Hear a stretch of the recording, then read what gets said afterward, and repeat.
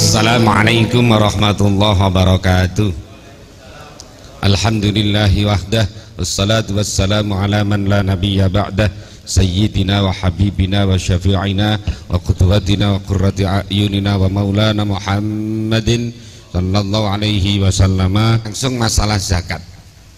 Zakat ini adalah ibadah yang punya dimensi vertikal dan horizontal.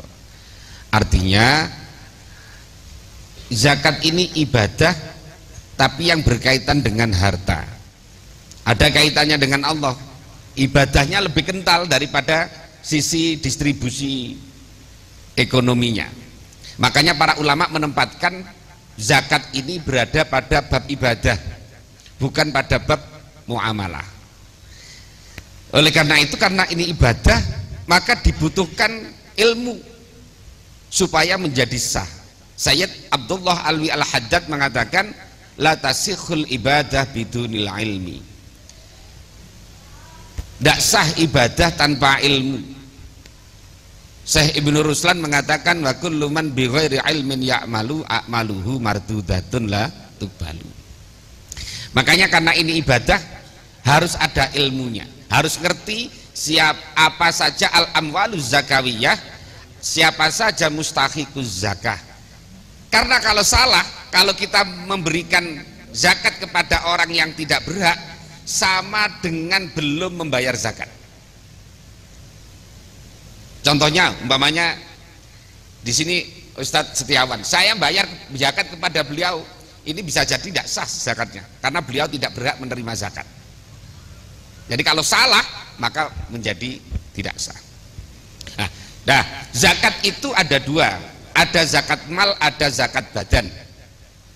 Zakat mal itu seperti mawashi, hewan ternak, zuruk, pertanian, thimar, buah-buahan, kemudian nakdan, emas perak, kemudian, dan itu kalau mawashi di Depok sudah jarang orang punya ternak, ya, karena juga tempat gembalanya tidak ada.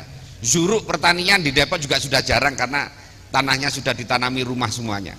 Kemudian nakdan, emas perak, mungkin ini masih ada orang yang punya emas yang disimpan, ini maka wajib zakat kalau sudah memenuhi nisab dan haul.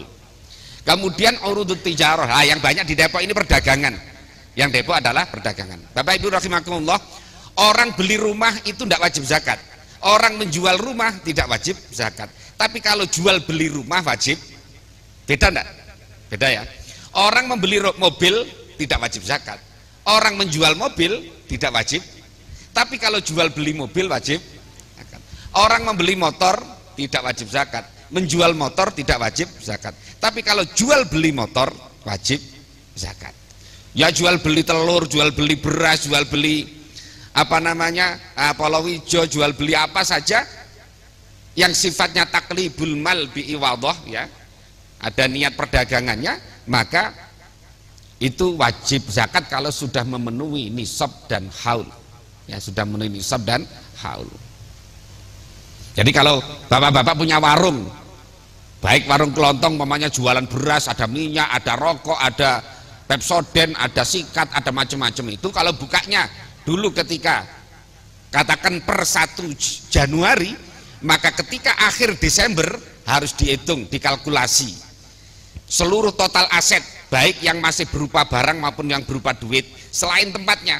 Kalau umpamanya ini tempatnya, maka yang dihitung adalah ya kayak beras, minyak tadi, tempatnya tidak. Kalau ada senilai, senilai berapa, ukurannya adalah ukuran emas. Ini memang ulama berbeda pendapat. Kalau saya mengikuti MUI itu adalah 85 gram emas. Kalau saya mengikuti para ulama-ulama dahulu berbeda pendapat, ada yang 77, ada yang 96 ya gram. Ya. Kalau sekarang saya mengikuti MUI saja, kalau MUI adalah 85 gram emas, kalau asumsinya per gram itu harganya 500.000, maka kisarannya adalah sekitar 42,5 juta, maka wajib zakat. Zakatnya berapa? 2,5%. Nah gitu. Itu kalau urudut tijarah, baik nakdan. Nah, itu nanti kalau zakat mal itu kaitannya, kalau zakat mal itu tidak ada kaitannya dengan Ramadan, ya. Zakat mal tidak ada kaitannya dengan Ramadan. Zakat mal itu ada kaitannya dengan nisab dan haul ada kaitannya dengan nisab dan yauma hasadi. Jadi nisab dan haul yaitu seperti nakdan, seperti mawashi, seperti urdud tijarah, itu adalah haul dan nisab. Tapi kalau zuru kemudian samar, athimar, buah-buahan, itu adalah nisab dan yauma hasadi. Nah, yang kedua adalah zakat badan. Ya, zakat badan. Zakat badan ini adalah zakat fitrah. Ya, zakat badan adalah zakat fitrah yang hampir setiap orang yang punya kelebihan makan untuk sehari semalam ketika Idul Fitri, orang ini wajib zakat. Hari ini, Indonesia hari ini, Depok hari ini, insya Allah tidak ada ketika lebaran orang tidak ada yang dimakan. Insya Allah lah ya, untuk Depok kok tidak ada.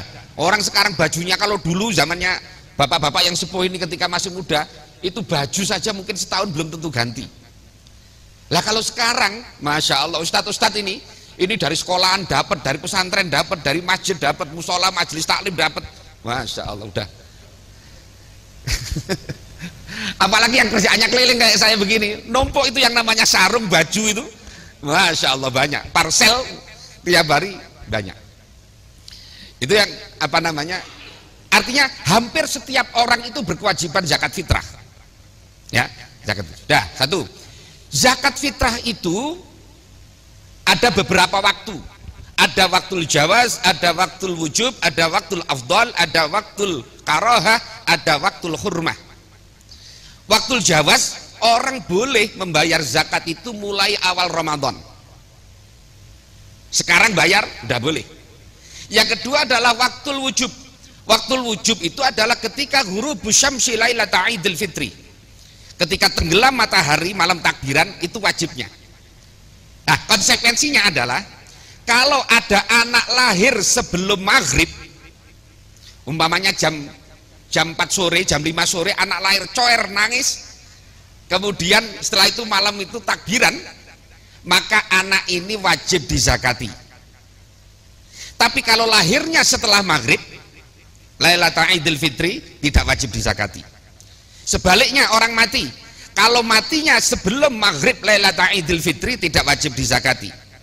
Kalau matinya setelah maghrib Lailatul Idul Fitri, maka wajib dizakati karena ketemu siang sama maghribnya itu, sama malamnya. Jadi dibalik, kalau bayi lahirnya sebelum maghrib malam takbiran, wajib dizakati. Tapi kalau lahirnya setelah maghrib malam takbiran, tidak wajib dizakati. Sebaliknya kalau orang mati, matinya sebelum maghrib malam takbiran, tidak wajib dizakati. Kalau matinya setelah maghrib, wajib dizakati. Nah, itu yang waktul wujub. Ada yang waktul afdal. Waktu afdal itu untuk zakat fitrah, menyerahkan zakat itu sebelum berangkat ke tempat sholat id, baik itu di masjid maupun di lapangan, ya, itu afdolnya. Kemudian kalau sengaja membayarkan zakat setelah sholat id, hukumnya makruh. Sampai kapan? Sampai tenggelamnya matahari tanggal 1 Syawal. Kalau lebih dari itu, maka waktul hurmah, waktu haram, jatuhnya kodok, berdosa orang itu kalau sampai memundurkan zakat lebih dari tenggelamnya matahari tanggal 1 Syawal. Nah, yang berikutnya, menurut a'immah salasah, menurut imam yang tiga, Imam Maliki, Imam Syafi'i, Imam Ahmad bin Hambal, bahwa zakat fitrah itu harus memakai kutul balad, harus memakai makanan pokok. Kalau orang Depok beras, ya, kalau orang Depok beras.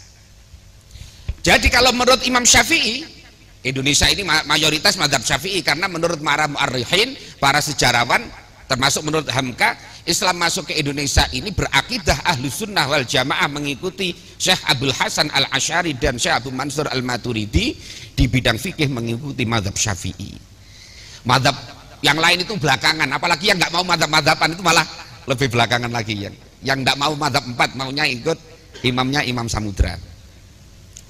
Nah, menurut mazhab Syafi'i, Imam Malik, Imam Ahmad bin Hambal, orang bayar zakat fitrah itu harus pakai beras. Orang Depok loh ya, orang Depok harus pakai beras, kutul balad. Bayarnya berapa? Bayarnya adalah satu sok. Satu sok itu berapa? Satu sok itu 4 mut. Satu mut itu berapa? Satu mut itu kisarannya adalah 6,79 on. Kalau kali 4 berarti sekitar 2,7 kilogram. Kalau orang Depok pakainya 3,5 liter, karena per liter itu adalah 8 on, 8 kali 3 sama dengan 2,4, ditambah setengah 2,8, maka sudah bagus. Kalau orang Depok bayar zakat itu 3,5 liter, maka sudah bagus. Nah, kemudian kalau bayar pakai duit bagaimana? Bayar pakai kimah bagaimana? Kalau menurut mazhab Syafi'i tidak sah. Jadi kalau bapak-bapak ini mazhab Syafi'i, bayarnya pakai duit tidak sah.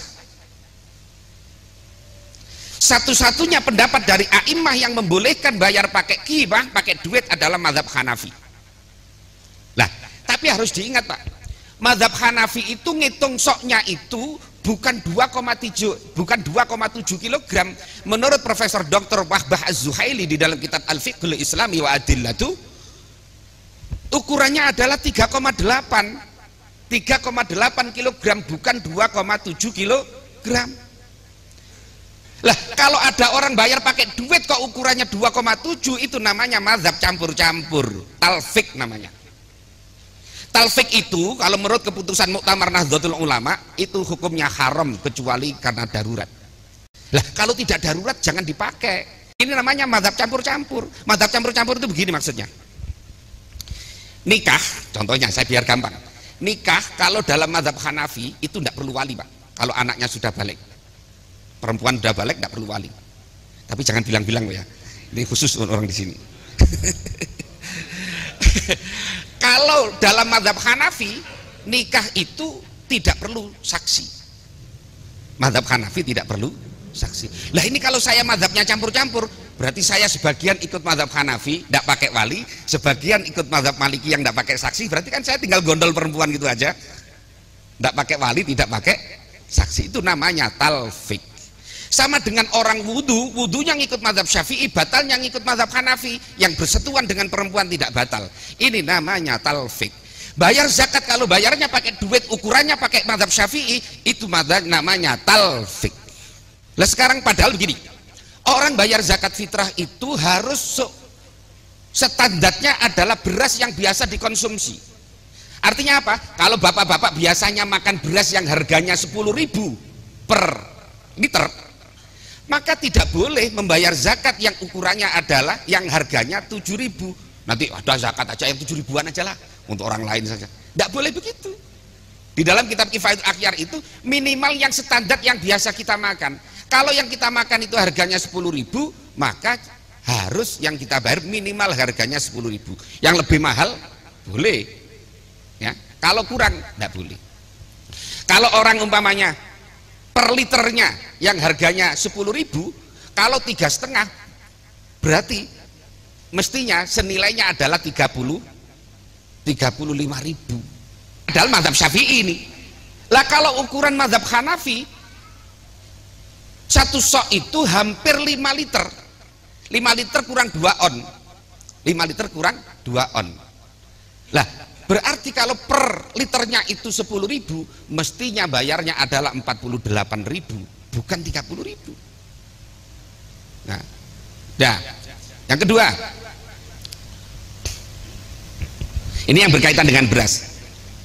Jadi, lah bagaimana supaya untuk menyiasati kalau ada orang duitnya pas-pasan datang? Kalau gitu, sebaiknya panitia bisa kerjasama dengan warung beras. Warung beras nanti sudah dipaketin zakat itu, tapi jualnya jangan di masjid, jualnya di luar masjid, disiapkan di luar masjid, dia tidak jualan di dalam masjid. Nah, toko-toko beras itu kalau kita kerjasama seneng, karena mesti laku berasnya.